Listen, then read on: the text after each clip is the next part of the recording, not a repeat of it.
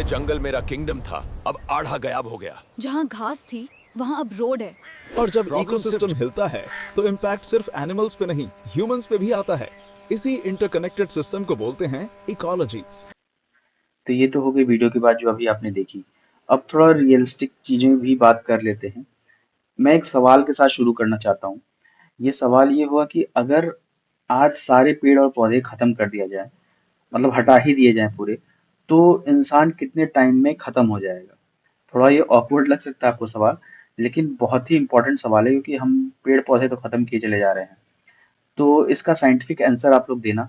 मैं वीडियो के एंड में इसका आंसर दूंगा या वीडियो के मिड में कहीं पे भी दे सकता हूँ, ठीक है? आप लोग कमेंट में इसका आंसर देना मुझे जब तक। तो देखते हैं। इस लेक्चर सीरीज में हम इसी के बारे में बात करेंगे, एनवायरनमेंट और इकोलॉजी के बारे में। और उसका एनवायरनमेंट कि ये क्या सिर्फ बुक्स के लिए है, कि इसकी हमें लाइफ में ज़रूरत भी है, इसको जानना भी ज़रूरत भी है। और इस सिस्टम को समझना कितना ज़रूरी है एज अ यूपीएससी एस्पिरेंट भी, और as a normal human being भी। अगर आप यूपीएससी की तैयारी नहीं कर रहे हो, स्टेट पीसीएस की तैयारी नहीं कर रहे हो, तो भी ये जानना थोड़ा ज़रूरी ही है आपके लिए कि एनवायरनमेंट की इम्पोर्टेंस क्या है आपके लाइफ में। आई होप सबको पता ही होगा और सबको लग भी रहा होगा बहुत बेसिकली चल रहा है, ये तो पता ही है हमें। लेकिन मैं पक्का प्रॉमिस करता हूँ इस लेक्चर के एंड तक आपको बहुत सारी ऐसी चीज़ें जानने को मिलेंगी जिसके बारे में आपको लगेगा कि अरे ये तो पता ही नहीं था मुझे। तो शुरू करते हैं। पहले हम इस लेक्चर में समझेंगे क्या, वो मैं शॉर्ट में बता देता हूँ। इस लेक्चर में हम समझेंगे कुछ फंडामेंटल चीज़ें, जैसे एनवायरनमेंट क्या होता है, बायोस्फीयर क्या होता है, हैबिटेट और एनवायरनमेंट में क्या फ़र्क है, इकोसिस्टम क्या होता है और उसके कंपोनेंट्स क्या क्या होते हैं। तो बिना टाइम वेस्ट किए सीधा पॉइंट पे आते हैं। सबसे पहला, व्हाट इज एनवायरनमेंट? ठीक है, पहला सवाल, एनवायरनमेंट होता क्या है? अब आप सोचोगे कि ये तो सीधा है, जो हमारे आसपास है वही एनवायरनमेंट है। और आप गलत भी नहीं हो, लेकिन डेफिनेशन थोड़ी और डीप है। एनवायरनमेंट वो नेचुरल सिस्टम है जहाँ बायोटिक मतलब लिविंग चीजें और एबायोटिक मतलब नॉन लिविंग चीजें एक दूसरे के साथ इंटरेक्ट करती हैं। एक सिंपल एग्जांपल लेते हैं। मान लो एक आम का पेड़ खड़ा है, उसके एनवायरनमेंट में क्या क्या है? बायोटिक फैक्टर्स क्या क्या होंगे उसमें? उसके पास के दूसरे पेड़, इंसेक्ट्स जो उसके फ्लावर्स पे बैठते हैं, बैक्टीरिया जो उसकी रूट्स के साथ काम करते हैं। अब एबायोटिक फैक्टर्स के बारे में जानते हैं कि एबायोटिक फैक्टर्स क्या होंगे। धूप जो कि उसकी लीव्स पे पड़ती है, पानी जो उसकी रूट्स एब्जॉर्ब कर रहे हैं, हवा जिसमें पॉलन ट्रेवल करता है, और मिट्टी जिसमें उसकी जड़ें हैं। ठीक है, ये सब एबायोटिक कंपोनेंट हो गए। ये सब मिल करके उस पेड़ का एनवायरनमेंट बनाते हैं। अब स्लाइड में लिखा है बायोलॉजिकल टर्म्स में एनवायरनमेंट में तीन चीजें होती हैं। एक तो फिजिकल फैक्टर जिसमें न्यूट्रिएंट्स, वाटर, एयर वगैरह आते हैं। फिर बायोलॉजिकल फैक्टर जिसमें दूसरे ऑर्गेनिजम्स, बायोमोलिक्यूल्स वगैरह हुए। फिर तीसरा है केमिकल इंटरेक्शंस जिसमें कार्बन साइकिल, नाइट्रोजन साइकिल, और ये सब जो साइकिल्स है ये सब आगे डिटेल में पढ़ेंगे। अभी के लिए बस इतना याद रखो कि एनवायरनमेंट एक तरह का वेब है, मतलब मकड़ जाल की तरह समझो। ठीक है, जिसमें सब कुछ जुड़ा हुआ है। अब आते हैं हम नेक्स्ट स्लाइड पे, बायोस्फीयर। ये एक दूसरा कॉन्सेप्ट है। अब सोचो अगर अर्थ एक सेब है, ठीक है, तो बायोस्फीयर उस एप्पल की सिर्फ वो छोटी सी स्किन है, बिल्कुल ऊपर वाली। ठीक है, और जिसमें सिर्फ इतनी से ही जगह में पूरी जिंदगी एग्जिस्ट करती है प्लेनेट पे। बायोस्फीयर जो है वो अर्थ का वो लाइफ सपोर्टिंग लेयर होता है जो तीनों स्फीयर्स को मिला के बनता है। तीनों स्फीयर्स कौन कौन से? एक लिथोस्फीयर, एक हाइड्रोस्फीयर और एक एटमॉस्फेयर। लिथोस्फीयर में क्या क्या आता है? जमीन हुई, सॉइल हुए, रॉक्स हुए। यहाँ जो है, यहाँ के ऑर्गेनिजम्स सॉइल में रहते हैं और बरोइंग वगैरह करते हैं। हाइड्रोस्फीयर में क्या क्या आता है? हाइड्रोस्फीयर जैसा कि नाम से ही समझ में आता है पानी से रिलेटेड होगा, तो ओशन हुए, रिवर हुए, लेक हुए।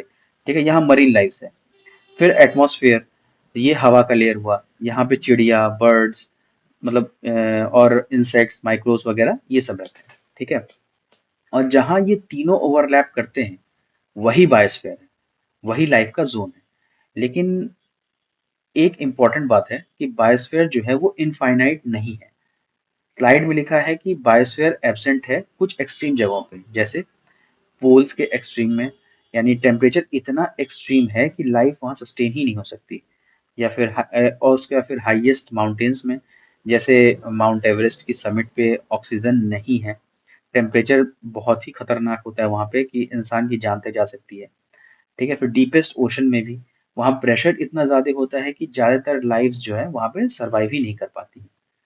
कुछ रियल वर्ल्ड एग्जांपल दूं मैं आपको तो जैसे कि आप जानते हो अंटार्कटिका में ड्राई वैलीज हैं जहाँ न पानी है, न सॉइल है, न न्यूट्रिएंट्स है, और टेम्परेचर इतना डेडली है कि वहाँ प्रैक्टिकली कोई लाइफ ही नहीं है। साइंटिस्ट ने उसे मार्स जैसी जगह कहा है। ठीक है, और अर्थ पे ही एक जगह है जो बायोस्फीयर के बाहर प्रैक्टिकली एग्जिस्ट करती है, वो यही है। ठीक है, तो बायोस्फीयर अनलिमिटेड नहीं है, ये एक थिन फ्रेजाइल जोन है, और ये जोन जो है हमारी जिंदगी का आधार है। फिर आते हैं हम नेक्स्ट स्लाइड पे, हैबिटेट वर्सेस एनवायरनमेंट। ये कॉन्सेप्ट जो है यूपीएससी में बहुत फ्रिक्वेंटली पूछा जाता है और लोग बहुत कंफ्यूज भी हो जाते हैं, तो इसको एक बार ठीक से समझ लेते हैं। हैबिटेट क्या है? ये एक ऑर्गेनिज्म का एड्रेस सम है। ठीक है, मतलब एग्जैक्टली वो जगह जहाँ एक स्पेसिफिक ऑर्गेनिज्म एग्जिस्ट करता है, खाना ढूंढता है अपना और ब्रीड करता है। एग्जाम्पल के तौर पे लें अगर, तो एक टाइगर का हैबिटेट है डेंस फॉरेस्ट, जैसे सुंदरबंस हुए, कॉर्बेट हुए, रणथंभौर हुआ। ठीक है, वो वहां रहता है और वो वहीं हंट करता है, वो वहीं थ्राइव भी करता है। एनवायरनमेंट जो है वो ज्यादा ब्रॉड कॉन्सेप्ट है। एक एनवायरनमेंट में मल्टीपल हैबिटेट्स होते हैं। सोचो एक जंगल का एनवायरनमेंट, उसमें एक जगह में टाइगर का हैबिटेट है, एक जगह में डियर का हैबिटेट है, एक जगह में ईगल का हैबिटेट है, एक जगह में अर्थवॉर्म का हैबिटेट है सॉइल के अंदर। ठीक है, और ये सब जो है अलग अलग हैबिटेट्स है, लेकिन सब एक ही एनवायरनमेंट के अंदर है। ठीक, अब कुछ की डिफरेंसेस हैं, वो मैं बता रहा हूँ, आप याद रखना। हैबिटेट और एनवायरनमेंट में लाइफ को लेकर के, हैबिटेट में जो है वो हमेशा लाइफ होती है, एनवायरनमेंट में लाइफ हो भी सकती है, नहीं भी हो सकती है। ठीक है, स्कोप क्या होता है हैबिटेट का? नैरो होता है, और एनवायरनमेंट का स्कोप ब्रॉड है, यानी मल्टीपल स्पीसीज एनवायरनमेंट में रह सकते हैं, हैबिटेट में कुछ ही स्पीसीज। ठीक है, वन स्पीसीज का प्रेफरेंस होता है नॉर्मली।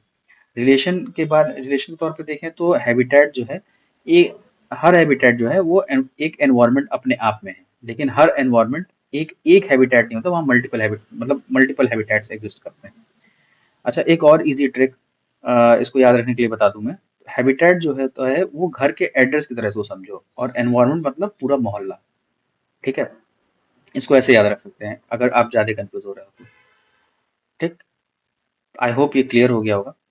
फिर नेक्स्ट स्लाइड पे मूव करते हैं, ecosystem, functional unit of nature. ठीक है,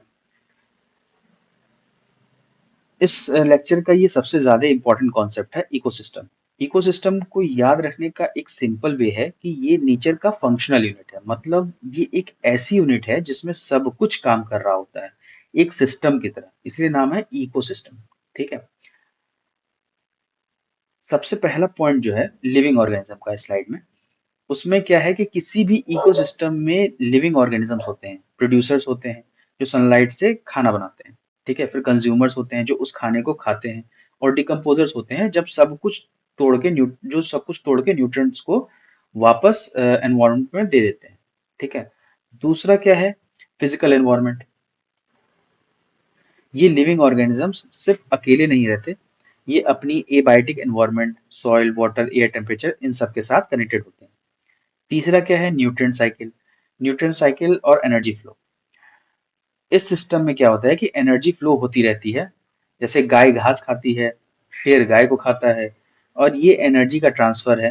ठीक है, और साथ में कार्बन, नाइट्रोजन से साइकिल्स होते हैं, वो भी चलते रहते हैं। ठीक, और चौथा पॉइंट है इंटरडिपेंडेंस का। ये सबसे इंपॉर्टेंट पॉइंट है।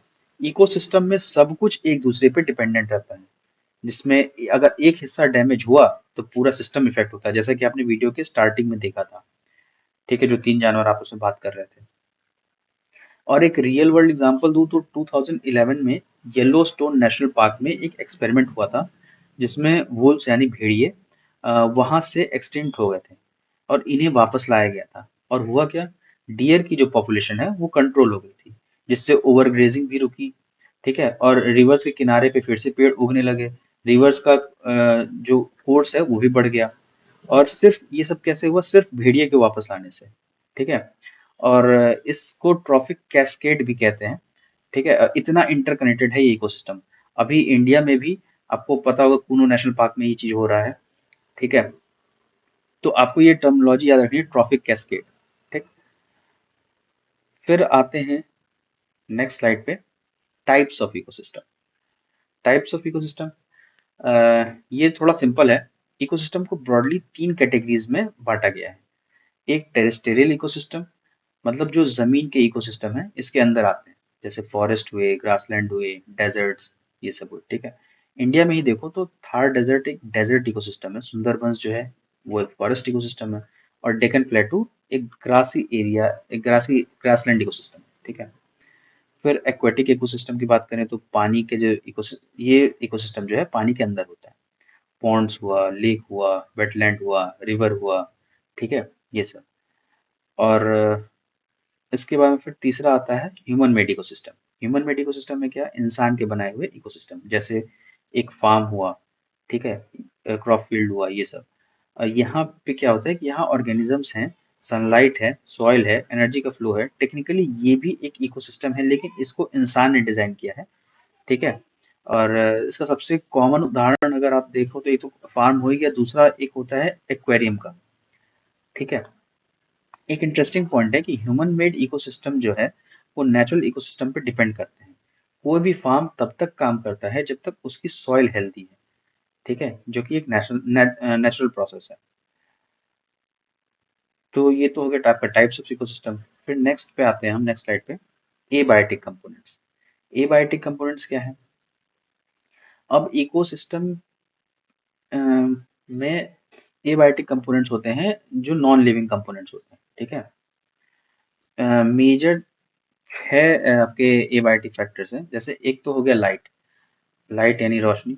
सनलाइट फोटोसिंथेसिस के लिए जरूरी है, लेकिन सिर्फ अमाउंट में नहीं, क्वालिटी भी मैटर करती है। यूवी रेज जो सनलाइट का हिस्सा होते हैं वो ऑर्गेनिजम्स के लिए हार्मफुल हो सकते हैं, इसलिए ओजोन लेयर इतनी इंपॉर्टेंट है, ठीक है। वो यूवी रेज को फिल्टर करती है।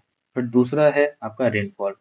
इसमें बारिश का पानी जो है वो लाइफ का एक मीडियम है। हर बायोकेमिकल रिएक्शन जो बॉडी के अंदर होती है वो वाटर में ही होती है।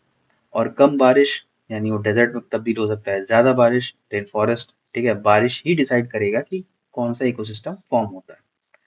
फिर टेम्परेचर, तीसरा एबायोटिक कंपोनेंट, ये बहुत ही क्रिटिकल फैक्टर है। कुछ ऑर्गेनिजम्स यूरिथर्मल होते हैं, यानी वाइड टेम्परेचर रेंज में सर्वाइव कर सकते हैं, जैसे हम इंसान, ठीक है। हम राजस्थान की गर्मी भी झेल सकते हैं और लद्दाख की ठंड भी। दूसरी तरफ कुछ स्टेनोथर्मल ऑर्गेनिजम्स होते हैं जो सिर्फ नैरो टेम्परेचर रेंज में ही जी सकते हैं, जैसे स्नो लेपर्ड हुआ, ठीक है। वो हाई एल्टीट्यूड कोल्ड एरियाज में ही पाया जाएगा, वो डेजर्ट में थ्राइव और सरवाइव नहीं कर पाएगा, ठीक है। तो ये टर्म्स याद रखना, स्टीनोथर्मल क्या होता है, यूरिथर्मल क्या होता है, ठीक है। ये स्टेट पीसीएस वगैरह में पूछा जा सकता है, यूपीएससी में तो चांस कम है, लेकिन हाँ पूछ सकते हैं, कोई भरोसा नहीं है। फिर एटमॉस्फेयर, चौथा एबायोटिक कंपोनेंट। इसमें हवा जो है 21% ऑक्सीजन, 78% आपका नाइट्रोजन, और फिर 0.04% के आसपास आपका कार्बन डाइऑक्साइड होता है, ठीक है। और ये जो कार्बन डाइऑक्साइड का आपका इंक्रीज होता है परसेंटेज, वही ग्लोबल वार्मिंग का रीजन है, ठीक है। फिर अगला जो है आपका एल्टीट्यूड। एल्टीट्यूड क्या है? ये ऊंचाई, ठीक है। एल्टीट्यूड बढ़ने के साथ साथ टेम्परेचर जो है वो घटता है, इसलिए एक ही माउंटेन पे अलग अलग जोन्स में अलग अलग ऑर्गेनिज्म मिलते हैं। इसे वर्टिकल जोनेशन कहते हैं, ठीक है। शिमला में देवदार के पेड़ आपको होंगे, लेकिन रोहरू और हायर एरियाज में अलग स्पीशीज रहेंगे, ठीक है। सेम माउंटेन, अलग इकोसिस्टम। फिर अगला है सैलिनिटी, मतलब नमकीन पानी या मीठा पानी, ठीक है। आपका कुछ ऑर्गेनिज्म जैसे यूरी हेलाइन होते हैं, जैसे कुछ क्रैब्स, ठीक है, वो वाइड सॉल्टली रेंज में भी सरवाइव कर सकते हैं। और कुछ होते हैं स्टीनो हेलाइन, जो जैसे फ्रेश वाटर फिश, ठीक है, उनको ज्यादा नमकीन पानी में डाल दोगे तो मर जाएंगे, और सिर्फ लो सैलिनिटी वाटर में ही जिंदा रह सकते हैं, ठीक। तो ये आपके हो गए एबायोटिक कंपोनेंट्स। फिर आता है लिमिटिंग फैक्टर क्या होता है। देखो, एबायोटिक फैक्टर्स के कनेक्शन में ये एक इम्पॉर्टेंट कॉन्सेप्ट है। इसका आइडिया थोड़ा सिंपल है कि किसी भी ऑर्गेनिज्म की सर्वाइवल मल्टीपल फैक्टर्स पे डिपेंड करती है, ठीक है? लेकिन एक ही वक्त में एक फैक्टर ही उसकी ग्रोथ या सर्वाइवल को लिमिट करता है, उसे लिमिटिंग फैक्टर कहते हैं। आपने आई होप अगर 9th-10th में केमिस्ट्री में पढ़ा होगा लिमिटिंग एजेंट के बारे में, लिमिटिंग रिएजेंट के बारे में, तो उसी से मिलता जुलता कॉन्सेप्ट है ये, ठीक है? बस उसमें एजेंट होता है, कोई केमिकल होता है, इसमें लिमिटिंग फैक्टर में ऑर्गेनिज्म है या फिर कोई दूसरा एनवायरमेंटल फैक्टर, ठीक है? अब एक एग्जाम्पल इसमें है रेन फॉरेस्ट रीजनरेशन का। मतलब इस एग्जाम्पल को मैं समझाता हूँ। सोचो एक जगह रेगुलर हैवी रेनफॉल होती है, ठीक है? सबको लगता है कि प्लांट्स की कोई कमी नहीं होगी, सीडलिंग्स इजी ग्रो करेंगे। लेकिन क्या ये एक्चुअली होता भी है? जरूरी नहीं है, क्योंकि कांस्टेंट बारिश की वजह से सॉइल हैवीली लीच हो जाती है, क्योंकि लगातार बारिश होती रहेगी तो मिट्टी बहता रहेगा, ठीक है? मतलब न्यूट्रिएंट्स बार बार बहते रहेंगे और सॉइल जो है, सॉइल की हेल्थ पुअर हो जाएगी, तो सीड्स जर्मिनेट ही नहीं कर पाएंगे क्योंकि सॉइल में न्यूट्रिएंट्स ही नहीं है। अब जो सीडलिंग्स जर्मिनेट कर भी लेते हैं, डेंस फॉरेस्ट कैनोपी कैनोपी उनके ऊपर होती है, सनलाइट जो है नीचे पहुंच ही नहीं सकती, तो लाइट लिमिटिंग फैक्टर वहां बन जाता है। मतलब पानी था, टेम्परेचर भी सही था, लेकिन पहले न्यूट्रिएंट्स की कमी ने रोका, फिर लाइट की कमी ने रोका। तो ये लिमिटिंग फैक्टर के एग्जाम्पल हो गए, ठीक है? अगर आप रियल लाइफ एग्जाम्पल में दूं, अगर आप डेली जिम में जा रहे हो, ठीक है, लेकिन नींद सिर्फ 4 घंटे की ले रहे हो, तो वर्कआउट का कोई फायदा होगा नहीं। नींद आपका वहां पे लिमिटिंग फैक्टर हो जाएगा। नेचर भी एग्जैक्टली ऐसे ही काम करती है। फिर नेक्स्ट साइड पे आते हैं बायोटिक कंपोनेंट्स पे। ये जो है इकोसिस्टम के लिविंग हिस्से होते हैं। इनकी 3 मेन कैटेगरीज होती हैं: प्राइमरी प्रोड्यूसर, कंज्यूमर और डिकम्पोजर्स। प्राइमरी प्रोड्यूसर्स में क्या होते हैं? ये वो ऑर्गेनिज्म होते हैं जो सनलाइट से अपना खाना खुद बनाते हैं फोटोसिंथेसिस के थ्रू। ग्रीन प्लांट्स, एल्गी और कुछ बैक्टीरिया, ये पूरी फूड चेन की फाउंडेशन है और इनका एग्जिस्टेंस अगर नहीं है तो कुछ भी नहीं है, ठीक है? और इन जैसा कि मैंने आपको स्टार्ट में एक सवाल पूछा था कि अगर सारे प्लांट्स वाइप आउट कर दिए जाएं, प्लांट्स और पौधे वाइप आउट कर दिए जाए, तो इंसान कितने दिन में खत्म हो जाएगा? तो उसका आंसर मैं यहाँ पे दे दे रहा हूँ। वो 9 साल में साइंटिफिकली है ये प्रूफ कि 9 साल में इंसान खत्म हो जाएगा, ठीक है? अब आप कहोगे कि साइंटिस्ट ने कैसे किया, तो वो सिमुलेशन वगैरह से करते हैं। एक्चुअल में कोई सारे प्लांट्स खत्म नहीं करता, ठीक है? और कहीं एक्सपेरिमेंट में करते भी होंगे, कोई बड़ी बात नहीं है। उसे एक पर्टिकुलर एरिया के खत्म करते हैं, उसी से सिमुलेट करके अंदाजा लगाते हैं कि इंसान भी अगर यहाँ कितने दिन टिक पाएगा, तो 9 साल मैक्सिमम, ठीक है? मेनली सिमुलेशन से सब होता है। तो ठीक है, तो अब एक इंटरेस्टिंग फैक्ट एक और बता देता हूँ मैं, कि ओशंस में जो है वो फाइटोप्लैंक्टन के नाम पे माइक्रोस्कोपिक प्रोड्यूसर्स होते हैं। इतने छोटे कि आंख से दिखाई नहीं देते, लेकिन ये अर्थ की 50% तक ऑक्सीजन प्रोड्यूस करते हैं। और इसका सीधा मतलब हर दूसरा सांस जो आप ले रहे हो वो ओशन से ही आ रहा है, ठीक है? जंगल से नहीं। लोगों को लगता है कि जंगल मैक्सिमम ऑक्सीजन प्रोड्यूस करते हैं, नहीं।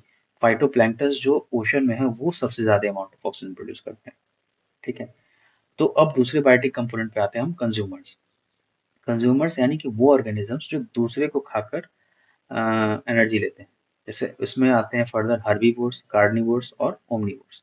हर्बीवोर्स क्या? प्राइमरी कंज्यूमर, जो सिर्फ प्लांट्स ही खाते हैं, जैसे डियर हो गया, रैबिट हो गया, ठीक है? ये सब आपके हर्बीवोर्स हो गए। फिर कार्निवोर्स, इनको सेकेंडरी या टर्शरी कंज्यूमर्स भी कहते हैं। ये सिर्फ जानवर ही खाते हैं, जैसे शेर हो गया, ईगल हो गया, शार्क हो गया, ठीक है? फिर आते हैं ओमनीवोर्स, जो दोनों खाते हैं, ठीक है? जैसे हम इंसान, हम नॉन-वेज भी खाते हैं, वेज भी खाते हैं, तो हम आ गए ओमनीवोर्स में। फिर आते हैं डिकम्पोज़र्स में। डिकम्पोज़र्स क्या है? इनको सैप्रोफाइट्स भी कहा जाता है, ठीक है? ये इकोसिस्टम के क्लीनर्स हैं। बैक्टीरिया, फंजाई, अर्थवॉर्म, ये सब डेड ऑर्गेनिजम्स को तोड़ के न्यूट्रिएंट्स में वापस सॉइल में डालते हैं, ठीक है? इनका काम नहीं होगा तो पूरी दुनिया dead bodies of fallen leave से भर जाएगी और बदबूदार हो जाएगी, इंसान वैसे ही मर जाएगा। अच्छा, एक चीज सोचो कि एक अर्थवॉर्म देख के काफी लोग इग्नोर करते हैं, लेकिन चार्ल्स डार्विन ने कहा था कि it may be doubted whether there are many other animals which have played so important part in the history of world as have these lowly organized creatures। ठीक है, तो अर्थवर्म इतना important है। और अर्थवर्म को आपको पता होगा कि किसानों का दोस्त भी कहा जाता है। तो ये हो गया आपका बायोटिक कंपोनेंट्स के बारे में। इसके बाद हम आते हैं की टेकअवेज इस लेक्चर से आपको क्या जरूरी है जो आपको दिमाग में रखना चाहिए। ठीक है, इतनी कहानी के बाद इंपॉर्टेंट चीज ये आपको याद रखना चाहिए कि बायोस्फीयर जो है अर्थ की लाइफ सपोर्टिंग लेयर है, जिसमें लिथोस्फीयर, हाइड्रोस्फीयर और एटमॉस्फेयर का ओवरलैप जोन है वो। ठीक है, ये थिन होता है, फ्रेजाइल होता है। पोल्स और हाईएस्ट माउंटेन और डीपेस्ट ओशन पे ये नहीं होता, एब्सेंट होता है। ठीक है, फिर हैबिटेट एक ऑर्गेनिज्म का एड्रेस है, जैसे टाइगर्स का सुंदरबन एड्रेस है, फिश का रिवर एड्रेस है, और ये स्पेसिफिक और नैरो होता है हैबिटेट। ठीक है, इकोसिस्टम आपको याद रखने की जरूरत है। इकोसिस्टम क्या था? नेचर का फंक्शनल यूनिट। बायोटिक और एबायोटिक कंपोनेंट्स मिलकर के एक वर्किंग सिस्टम बनाते हैं, इंटरडिपेंडेंट। एक हिस्सा टूटा तो पूरा सिस्टम हिला, जैसा कि आपने पहले वीडियो में देख लिया था। ठीक है, फिर एबायोटिक वर्सेस बायोटिक ये हमने पढ़ा। इसमें नॉन लिविंग फैक्टर जैसे कि लाइट, वाटर, टेम्परेचर, और लिविंग फैक्टर जैसे प्रोड्यूसर्स, कंज्यूमर्स, डिकम्पोजर्स, दोनों मिलकर के इकोसिस्टम को अलाइव रखते हैं। ये सब सिर्फ थ्योरी नहीं है। जब आप न्यूज में सुनोगे कि कोरल रीफ्स मर रही हैं, तो आप समझोगे कि राइजिंग ओशन टेम्परेचर एक एबायोटिक लिमिटिंग फैक्टर बन गया है। और जब सुनोगे कि अमेजोन का डिफॉरेस्टेशन हो रहा है, तो आप समझोगे कि प्रोड्यूसर्स खत्म हो रहे हैं और पूरा वेब ही हिल रहा है। ठीक है, तो यहाँ पे हमारा ये लेक्चर खत्म होता है। और अगर ये लेक्चर आपको हेल्पफुल लगा तो आप अपने फ्रेंड्स से भी शेयर करना। ठीक है, जिनके साथ ये जिनको ये टॉपिक समझने में दिक्कत हो रही है। और अगर अगले लेक्चर में हम नया टॉपिक देखेंगे, तब तक के लिए क्यूरियस रहो, कनेक्टेड रहो। जय हिंद।